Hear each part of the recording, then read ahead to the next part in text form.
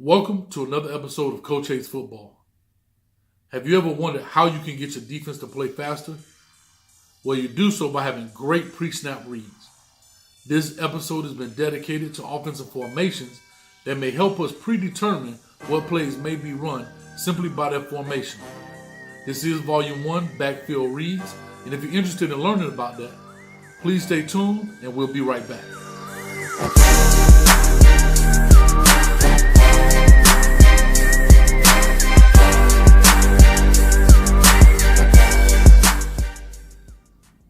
Okay, welcome back, guys. Again, we're talking about backfield alignments and how it's used to help predetermine what plays can be run by the offense. All right, and there's 6 elements or 6 backfield alignments that we can kind of key on to determine what they possibly can run.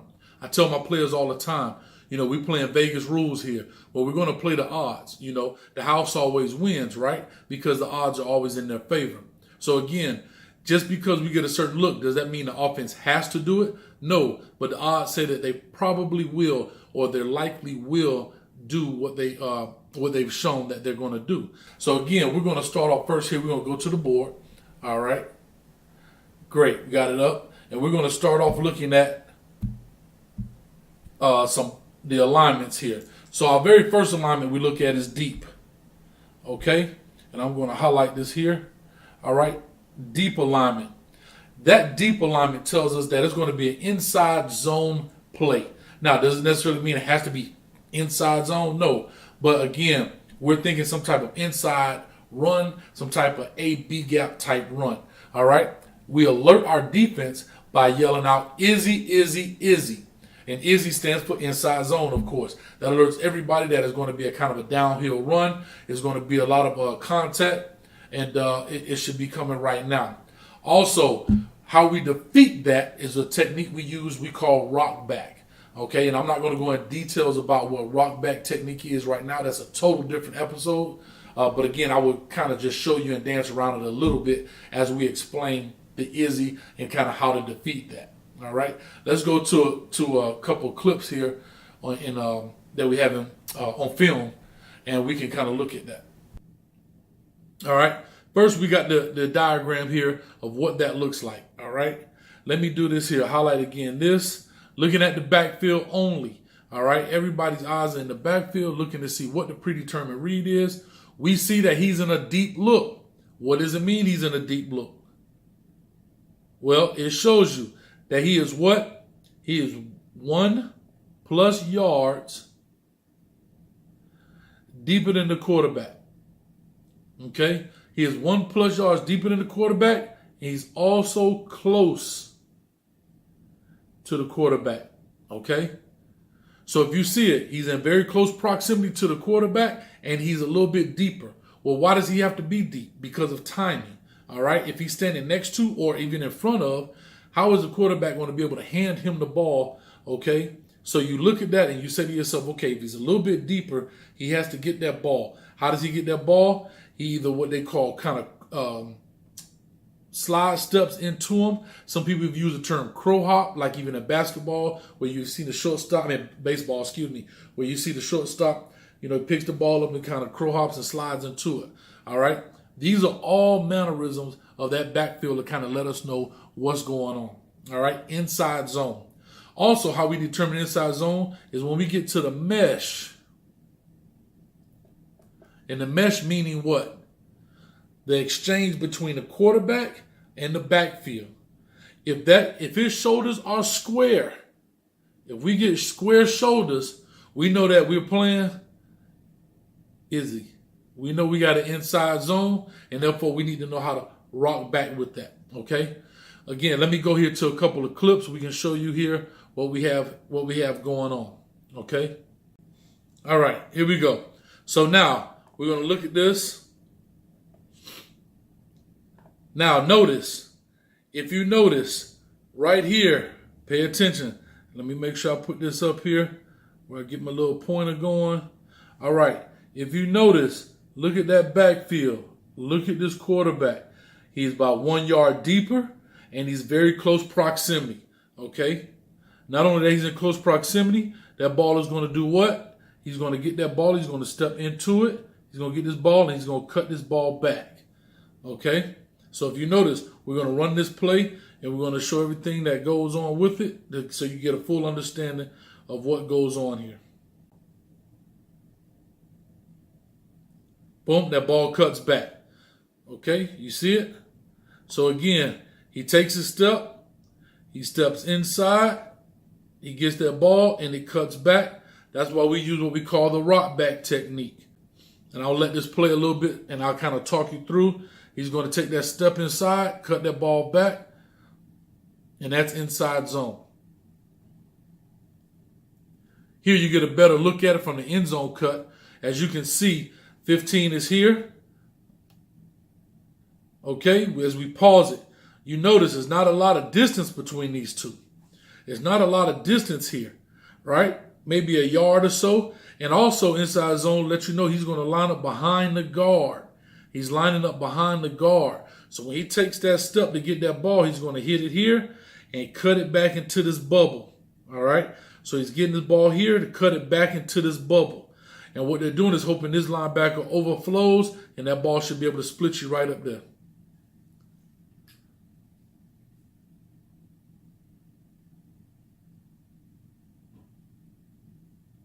Perfect. Let's jump into another clip, inside zone. Let's look at his alignment. He doesn't look to be too deep, but he is deeper. That's all that counts, that he is a little deeper.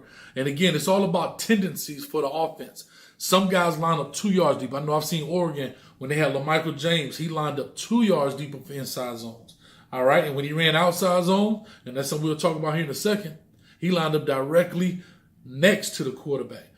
So that was a huge tell. All right, some teams are a little bit better. They line up half a yard, 1 yard, but you have to do all that through your game plan.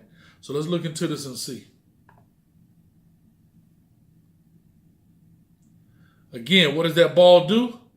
He gets the ball, right? Look at that ball, and it cuts back. That's why we use what we call a cut back or rock back technique. We're going to rock back if we anticipate it. Also, look at his shoulders. His shoulders are square when he gets that ball.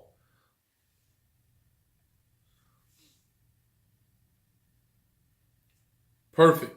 Let's look here. We have an end zone cut. Okay, he's short, right? He's a little bit deeper, and look how he's behind that guard. If you notice, he's behind the guard. He can get that step inside, and he's going to cut that ball back.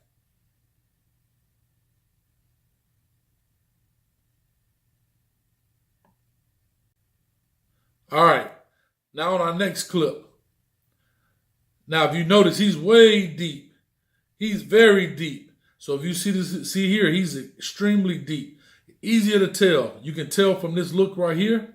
Okay, look at him. He's extremely deep, and that way we can kind of tell what's going on with him. Let's play it and see. Let's play it and see how it looks. He gets that ball. Now he keeps it front side because he had pressure right in his face, but they want that ball to cut back. Okay. They want this ball to cut back. So what he wants to do is get this ball and cut it back through here. The reason he couldn't do that was because this defender was right here, and it kind of forced him to play on front side. So again, they'll take what they give you, but if he could have cut that ball back, look how much space he had to run here. Look at all this, and he had a blocker here in front of him. All right. So again, this is inside zone. Next, what we call even. All right, even. Now, when we get to even means that he's standing right next to the quarterback, okay, and he has a split. So he's standing parallel to the quarterback, but he's also standing what? A little further out. Why is he standing further out? Maybe behind the tackle, maybe in that gap between the tackle and guard. But he's standing out because he has the timing. It's all about timing. So once he gets that timing, he can get across. So we see outside zone. Our alert is Oz. All right, for outside zone. So our defense is yelling Oz, Oz, Oz, Oz, Oz, Oz. Okay. And our defeat technique is plug and play. And we'll talk about what plug and play means a little bit. Like I said, I'm not going to go in depth about how the defeat technique, but I'll kind of skate around it a little bit. Here's our alignment again. Let's look at the backfield. Notice where he is. Notice where he is. He is behind the tackle, okay, and he's even with the quarterback. Behind the tackle, even with the quarterback. That's the look you're going to get. Let's go into some film and see if we can anticipate. Now, let's look at this tape here, right? Let me go back here. I want to highlight something. Look at their alignment. I know you can't hardly see it as yellow on the green grass, but let's look at their alignment. Let me, even if I could change this pen up a little bit. I mean, they're pretty much straight. Okay? That's giving him the option to go straight across here and get outside zone. As I pause it, let's take a look at it. So again, look at the running back. Look how far wide he is. He's probably about 2 yards from the quarterback. And he's even, also maybe even a little bit in front of him. So let's see what happens here.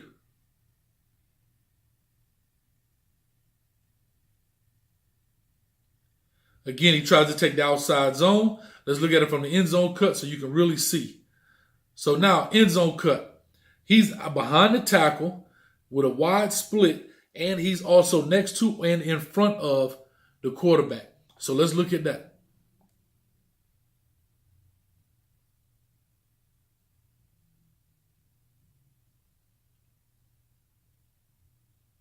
So again, we can anticipate those. Here's another clip. All right, let's pause it for a second. Let's look at it. He's wide as well as even, also in front. The quarterback heels are on the 45, and his heels are a little in front of the 45. So again, that's a game plan tell. That's something that we need to make sure we look at.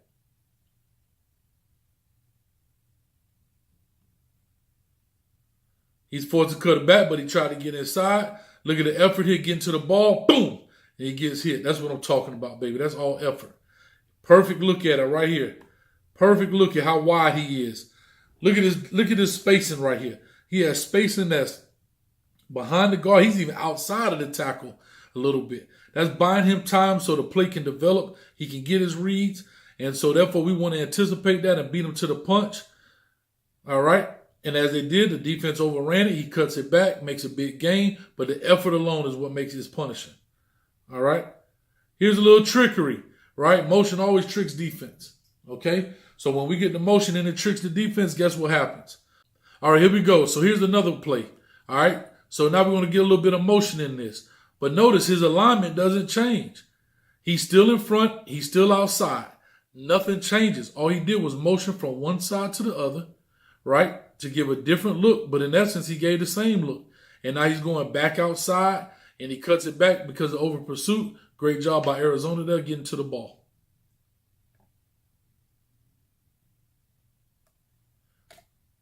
Okay. And the next one, that we don't have any clips for it, but again, I'm just going to just talk about this very, very briefly. We're going to talk about here being in front, okay? So here, being in front, let's talk about front. What does front mean? Okay, front means that it's a pass or a quarterback run. He needs that lead blocker. That's what we're anticipating. Our call to the defense is quick, quick, quick.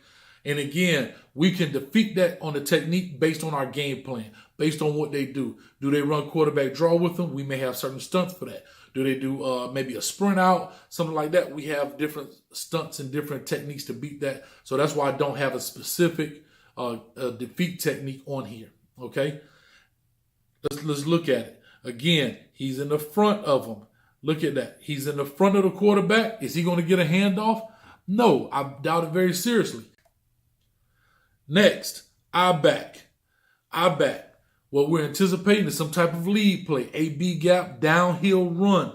It's coming right now. Our alert is hammerhead. Hammerhead, that means it's coming right now. We pounding the ball. All right, they coming straight right now. And our defeat technique is fill and spill. All right, it's a car crash in there. We're anticipating buckle your chin strap because it's coming downhill right now, whether it be inside lead, power, anything like that. The ball is coming downhill right now. Be prepared for impact, okay?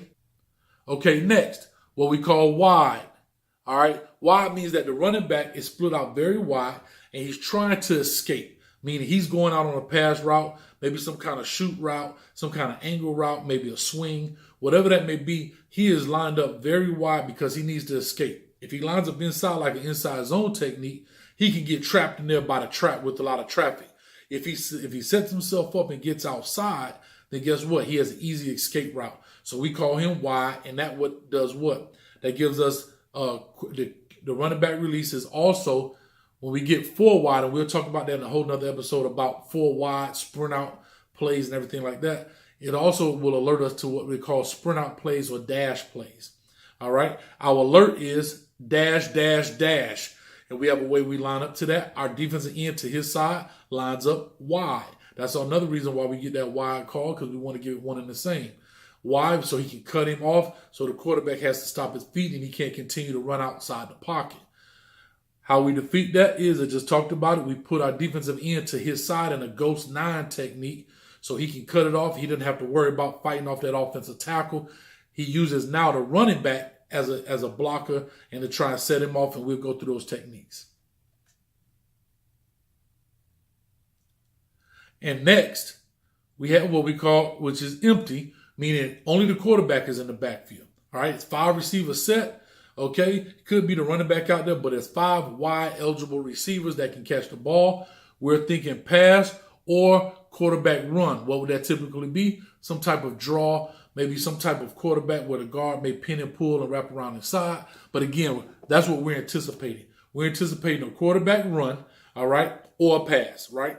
So the only one that can really hurt us is the quarterback, because there's nobody for him to give the ball to, unless they go into jet sweep motions and all that with receivers, but that's a whole nother issue. Our alert for that is quick. Quick, quick, quick. Q for quarterback. All right, quick means get off the ball quickly. Let's go get to the pass. All of that's what quick stands for. And again, that's a game plan thing. When we get into that, do they like to run a draw? Do they like to run a jet sweep? All that's part of our game plan, okay? All right. So, guys, using these techniques, looking at some of that film, when you get a chance to watch film, look for those things and see if they're true. Look how many times the offense tells on themselves just by simply lining up a certain way. I mean, personally, I think and I know that our defense plays a lot faster just because we have a pre-snap read that is the odds are in our favor, okay? The odds say that when they line up like this, they're going to do this. When they line up like that, they're going to do that. So again, that's just some information for you. Please look into it. If you have any questions, please make sure you comment. Also, make sure you subscribe, hit the notification bell. And again, thank you for coming to another episode of Coach Hates Football.